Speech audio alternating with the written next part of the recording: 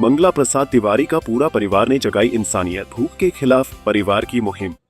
ज़रूरतमंदों की मदद करना ही संसार का सबसे बड़ा सुख है और पुण्य का काम भी है। ऐसे में हम मौजूद हैं प्रयागराज के एक ऐसे परिवार में जो निस्वार्थ होकर के हर रविवार को गरीबों का पेट भरता है। मतलब कि आप देख सकते हैं कि ये मंगला प्रसाद तिवारी का परिवार है। बच्चे भी यहाँ आपको दिखाई दे रहे होंगे, मंगला तिवारी जी भी बैठे हैं, उनके पिताजी भी बैठे हैं।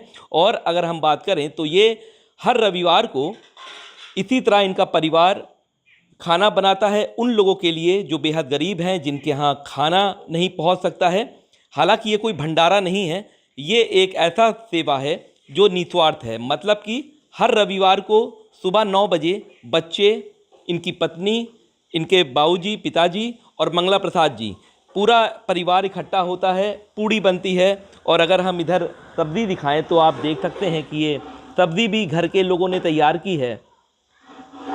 और कहा भी जाता है इंसान ही इंसान के जब काम आता है तो इंसानियत और ऊंची होती है, और उसी की ये मिसाल वानगी सब पेश कर रहे हैं। दरअसल जहां आज की तेज रफ्तार जिंदगी में लोग अपने लिए भी वक्त नहीं निकाल पाते, वहीं प्रयागराज का एक परिवार पिछले 3.5 साल से हर रविवार मानवता की मिसाल लिख रहा है। फिलहाल ये कहानी सिर्फ भोजन वितरण की नहीं, बल्कि ये कहानी है संवेदना, जिम्मेदारी और इंसानियत की।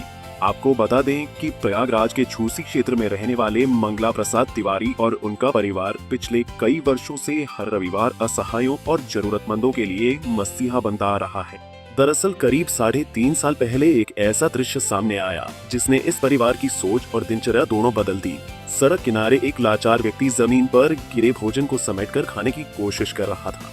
दृश्य इतना मार्मिक था कि वहाँ से गुजर रहा पूरा परिवार भीतर तक भावुक हो गया। उस पल किसी ने कुछ नहीं कहा, लेकिन सबने महसूस किया कि अब सिर्फ अफसोस काफी नहीं। उसी दिन एक संकल्प लिया गया कि अब हर रविवार जरूरतमंदों तक भोजन पहुंचाया जाएगा।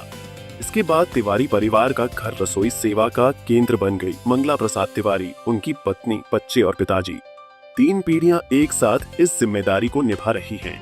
घर के बच्चे सब्जी काटते हैं, बुजुर्ग रोटियां बेलते हैं, महिलाएं भोजन तैयार करती हैं और फिर पूरा परिवार मिलकर पैकेट पैक करता है और रविवार दोपहर तक भोजन के पैकेट तैयार हो जाते हैं। इसके बाद परिवार के सदस्य शहर की सड़कों, फुटपाथों और झुग्गी बस्तियों में पहुंचते हैं। समय के साथ ये पहल अब एक परंपरा बन चुकी है। हर रविवार इस परिवार के लिए सेवा, संतोष और मुस्कान का दिन होता है। और स्टोरी करने के लिए हम देख रहे हैं कि आपकी पत्नी है, बच्चे हैं, बाबूजी हैं। ये कहाँ से आपके दिमाग में आया था कि हर रविवार को ही करना है? पहला सवाल तो यही है कि रविवार का दिन क्यों रखा गया, और क्या पहली बार आपने जहन में आया था कि आपको खिलाना है? सबसे पहले तो मैं आपको और आपकी टीम को धन्यवाद देना चाहता हूं, चूँकि अच्छी चीज़ों को लोग जल्दी अडॉप्ट नहीं करते, बुरी चीज़ें बहुत तेज़ी से फैलती हैं, अच्छी चीज़ों पे लोग फोकस नहीं करते हैं। ये मेरा अपना एक्सपीरियंस है, इसलिए मैंने बोल दिया। चूँकि लंबे समय से मैं करता आ रहा हूँ, 3.5 साल से ऊपर हो गया, बहुत कम लोग नोटिस करते हैं। तो अब आप आते हैं आपके सवाल पे कि किस तरीके से इसकी शुरुआत हुई, और दूसरा आपने जो पूछा कि कैसे शुरुआत हुई, प्लस जो है दूसरा क्या आपने पूछा? नहीं, हम कि रविवार का दिन ही। जी, रविवार का दिन। तो पहली बात तो ये कि रविवार का दिन चूज करने का सिर्फ एक कारण था कि मैं जॉब में हूँ, और प्राइवेट जॉब में होने के नाते Monday to Saturday work pressure रहता है, और वर्किंग आवर में कोई भी कंपनी ये नहीं चाहती कि आप कोई इस तरीके का काम करें, क्योंकि समय भी नहीं मिलता है। तो संडे एक ऐसा दिन होता है जो हम अपने व्यक्तिगत यूज में लेते हैं। बहुत सारे लोग संडे को मूवी देखते हैं, बहुत सारे लोग परिवार के साथ घूमने जाते हैं, कोई मंदिर जाता है, बहुत सारे लोग सो करके बिताना चाहते हैं, यानी कि आराम करना चाहते हैं। तो एक दिन जो ऐसा था रविवार का, उसे हम इस तरीके से यूटिलाइज़ करेंगे, ये हम लोगों ने विचार बनाया, चूँकि विकल्प भी नहीं था। संडे के दिन हम और हमारा परिवार, जैसे कि आपने बताया और यहाँ दिख भी रहा है कि हम घर पर ही फूड पैकेट तैयार करते हैं, हर संडे मेन्यू बदलते हैं। घर का बना हुआ भोजन हम उन लोगों तक पहुंचाने की कोशिश करते हैं जिनके पास कोई जाना भी मुनासिब नहीं समझता। मैं उन लोगों को गरीब भी नहीं कहता, चूँकि गरीब का कोई पैमाना नहीं है। हम निराश्रितों की सेवा करते हैं, जिनका कोई नहीं है, जो फुटपाथ पर रहकर अपना जीवन व्यतीत करते हैं। वो दिव्यांग भी हो सकते हैं, वो मानसिक रूप से जो डिस्टर्ब हैं वो भी हो सकते हैं, और ऐसे लोग हैं जिनका कोई नहीं है, तो उनके लिए हम ये सेवाएं करते हैं। ये सोच हम लोगों को आई करीब जो है 3.5 साल पहले, एक बार पत्थर गिरजाघर आप बखूबी वाकिफ़ हैं सिविल लाइंस के, तो उसके फुटपाथ पर एक व्यक्ति को ज़मीन पर पड़ा हुआ भोजन, जैसे हम आप कोई भोजन गाय के लिए या कुत्ते के लिए डाल देते हैं फुटपाथ पे, तो वो भोजन उठा करके खाते हुए देखा एक ठीक ठाक व्यक्ति को। तो दिमाग में यह आया कि भाई ऐसी जगह पे, ऐसे देश में जहाँ किसी भी चीज़ के हमें सोने की चिड़िया कहा जाता है, और ऐसी जगह पे अगर हम आप देख रहे हैं कि कोई व्यक्ति ज़मीन पे पड़ा हुआ भोजन उठा के खा रहा है, तो वो अंदर से एक आवाज़ आई कि हम क्यों ना ऐसे लोगों के लिए कुछ काम करें। और वहीं से इसकी शुरुआत हुई। मेरी धर्मपत्नी अमृता तिवारी जी ने इसमें सहयोग दिया। जैसा कि कहा भी जाता है कि अगर जिसके साथ उसका परिवार है, माता पिता का आशीर्वाद है, तो कुछ भी कर सकता है।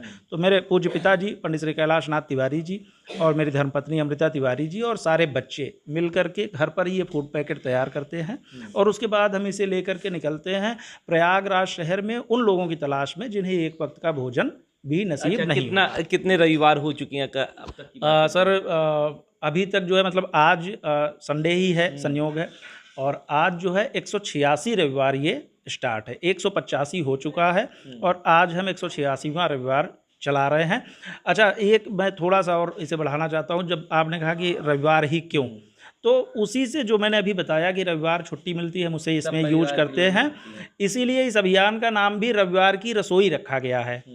तो रविवार की रसोई ये चलाते हैं, रविवार को ही चलती है, इसलिए चूंकि हम उसी दिन छुट्टी पे रहते हैं। आजकल देख रहे हैं कि बड़ा ही रील्स का ज़माना है, और महिलाएं हो, बच्चे हों, सभी लोग रील्स में ही बिजी रहते हैं। क्या कभी बच्चों ने इससे बोला आपसे कि पापा आज हम रील देख रहे हैं या मोबाइल में गेम देख रहे हैं, हम नहीं इस काम के लिए? नहीं, देखिए रील का ज़माना है, नो डाउट जो है बच्चे उस तरफ रुझान भी उनका रहता है, लेकिन ये पूर्वजों का संस्कार है कि अभी तक बच्चे जो है, जो होता नहीं कि जैसे आपको संस्कार मिलते हैं, हमारे बाबा, हमारे दादा, उसके बाद जो है पिताजी, सब ने जो संस्कार दिए हैं वही हम भी अपनी जनरेशन को आगे बढ़ाने का काम कर रहे हैं। तो अभी तक तो उसमें हम सफल हैं। तो बच्चे बल्कि रील देखने से ज़्यादा बेहतर, जैसे अभी भी आप यहाँ पे उपस्थित आप देख रहे होंगे, तो हमारे बच्चे इन सब चीज़ों में बड़ा जो है बिलीव करते हैं और लग करके पूरी तन्मयता से ये काम करते हैं। परिवार में कौन कौन लोग आपको सहयोग करता है? कितने लोग परिवार में हैं? मेरे पिताजी मेरे साथ रहते हैं, और मेरी धर्मपत्नी जी हैं अमृता तिवारी जी, बड़ी बेटी मेरी काजल तिवारी है, उससे छोटी बेटी है आंचल तिवारी, एक बेटा है रुद्र, और ये जो है सबसे छोटी बेटी है रिद्धि। यानी कि 4 बच्चे हैं मेरे, और पिताजी साथ में हैं, धर्मपत्नी जी। हम सब मिल कर के ये काम करते हैं, और सब घर पर ही सारी चीज़ें तैयार होती हैं, बाहर से कुछ भी नहीं। और इवन जो है रविवार की रसोई जब हम तैयार करते हैं, तो उस दिन का भोजन भी हम सब वही करते हैं, सिर्फ इसलिए कि फूड क्वालिटी के साथ कोई समझौता ना हो। हम जिसे देने जा रहे हैं उसे ये नहीं लगना चाहिए कि कहीं से कुछ भी खिला के चले गए। वो भाव, वो प्रेम, वो पिताजी मेरे कहते हैं कि सेवा भाव कहा जाता है। लोग भूल जाते हैं कि सेवा के साथ भाव जुड़ा हुआ है, तो जब तक भाव नहीं रहेगा आप सेवा नहीं कर सकते। तो उस सेवा भाव से ही ये काम किया जाता है। फिलहाल अब ये सेवा एक परंपरा बन चुकी है। हर रविवार मानवता का उत्सव बन जाता है।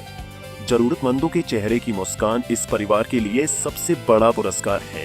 समय के साथ यह पहल एक परंपरा बन गई। अब ये सिर्फ भोजन वितरण नहीं, बल्कि संवेदना और जिम्मेदारी का प्रतीक है। परिवार का मानना है कि समाज में बदलाव बड़े भाषणों से नहीं, बल्कि छोटे छोटे कार्यों से आता है। अगर हर घर सप्ताह में एक दिन भी जरूरतमंदों के लिए समर्पित कर दे, तो कोई भी व्यक्ति भूखा नहीं सोएगा। ये मंगला भाई, बहुत बहुत धन्यवाद। और इधर भी देख सकते हैं कि बच्चे जो हैं सेवा भाव में लगे हुए हैं। हालांकि ये तस्वीर अनोखी है, क्योंकि कई पीढ़ियां यहाँ बैठी हैं, और उन पीढ़ियों में जो सबसे कम उम्र की पीढ़ी है उनको ये ज्ञान मिल रहा है। हालांकि ये सारा ज्ञान जो मिलता है वो पूर्वजों से ही मिलता है। मंगला भाई बताते हैं कि इनके पिताजी, माताजी भी इस कार्य के लिए आगे प्रेरणा स्रोत थे कि वो ऐसे कार्य करें। हालांकि जब ये अपनी पत्नी के साथ सिविल लाइंस गए तो उन्होंने देखा कि कई ऐसे परिवार थे जिनको भूख लगी थी, लेकिन उनके पास खाने को नहीं था। तो अब हम बात करेंगे इनके बेटे रुद्र से। रुद्र, आप जो हैं ये काम कर रहे हैं, कितना अच्छा लगता है आपको, और कौन सी क्लास में, पहले ये बताइए। मैं 4th क्लास में हूँ, और मुझे बहुत अच्छा लगता है ये सब करते वक्त। मेरी बहन भी कहती है, मेरी दीदी भी कहती है, मुझे बहुत अच्छा लगता है ये सब काम करने में। अच्छा, और मोबाइल देखने नहीं तो मोबा- देखते हो कि संडे को छोड़ देते हो कि संडे को? नहीं, मोबाइल नहीं देखते हैं, पढ़ाई करते हैं और इस काम में सहयोग करते हैं। अच्छा, संडे का इंतज़ार रहता है कि संडे को फिर हम लोग को खाना बनाना है, खाना सब लोग मिलके बनाएंगे, हाँ, ये याद रहता है कि संडे को काम करना है। काम करें। ठीक है, तो बिल्कुल देखिए रुद्र हैं और ऐसे ही तस्वीर हर रविवार को मंगला प्रसाद तिवारी जी के घर से देखने को मिलती है और किसी को ये बताते नहीं हैं, ना सोशल साइट पे वैसी तस्वीर लगाते हैं जो आपको आमतौर पर दिखाई देती होगी कि आप सेवा भी कर रहे हैं और उसके बाद आप उसका प्रदर्शन भी कर रहे हैं। हालांकि अंदर ये पूरा का पूरा जो खाना है वो यहाँ पर बनता है, उसके बाद पैकेट तैयार किए जाते हैं, फूड पैकेट्स, और फिर कभी वो अपनी स्कूटी से या फिर कभी अपने कार से पति पत्नी निकलते हैं और उन लाचार जो खा नहीं सकते हैं, जो बहुत गरीब होते हैं, उनको ये निस्वार्थ होकर के मदद करते हैं। तो हम ये कह सकते हैं कि एक अनोखी तस्वीर भी प्रयागराज से देखी जा रही है। वीडियो जर्नलिस्ट संयुक्त उपाध्याय के साथ सैयद आखिर, पंजाब की।